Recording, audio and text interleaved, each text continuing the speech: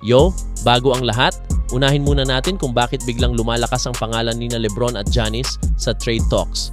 Kay LeBron James, malinaw, 40 years old na siya pero elite pa rin.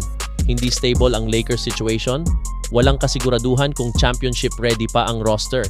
Sa kabilang banda, si Giannis Antetokounmpo. May mga reports ng frustration sa Bucks, injuries, early playoff exits, at tanong kung sapat pa ang suporta sa kanya. Kapag ang isang superstar ay hindi na sigurado sa direksyon ng team, automatic, lalabas ang trade rumors. Ngayon tanong, bakit Warriors ang laging nababanggit? Simple lang. Nandyan si Stephen Curry, still playing at MVP level, championship culture, front office na hindi takot sumugal, at kailangan ng last big push bago matapos ang Curry era.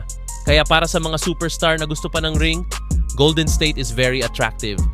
Simulan natin kay LeBron James sa Warriors. Basketball-wise, Curry plus LeBron, most automatic contender. LeBron as playmaker, Curry as shooter. Perfect fit sa basketball IQ.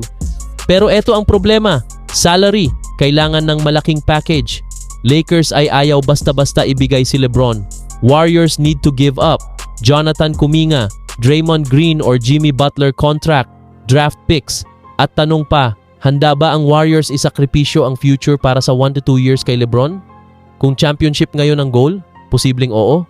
Ngayon, mas wild ang usapan, Giannis Antetokounmpo sa Warriors. Kung basketball fit, Giannis plus Curry, sak nightmare sa depensa, pick and roll, spacing, fast break, automatic title favorites. Pero eto ang reality check. Giannis is a franchise player. Bucks will demand Kuminga, Podziemski, Moody, multiple first-round picks. Halos ubos ang young core ng Warriors. Ito ang tanong, isang superstar kapalit ng buong kinabukasan? Kung desperate ang Bucks at gusto ni Giannis umalis, Warriors might take the risk. Kapag nakuha ng Warriors si LeBron o Giannis, championship favorite agad. Pressure kay Curry mababawasan, manipis ang bench, wala nang future rebuild.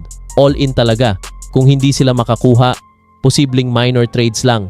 Focus sa development or wait sa off-season. Sa ngayon mga ka-hoops, rumors pa lang lahat. Pero malinaw, Warriors ay naghahanap ng malaking move. LeBron at Giannis ay parehong nasa crossroads ng career.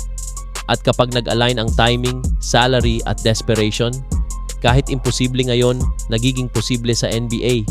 Ikaw, anong tingin mo? Mas gusto mo ba si LeBron James o Giannis Antetokounmpo sa Golden State Warriors? Worth it ba ang isusuko ng Warriors? Comment down below, like, share at subscribe para sa araw-araw na NBA trade news. Peace out!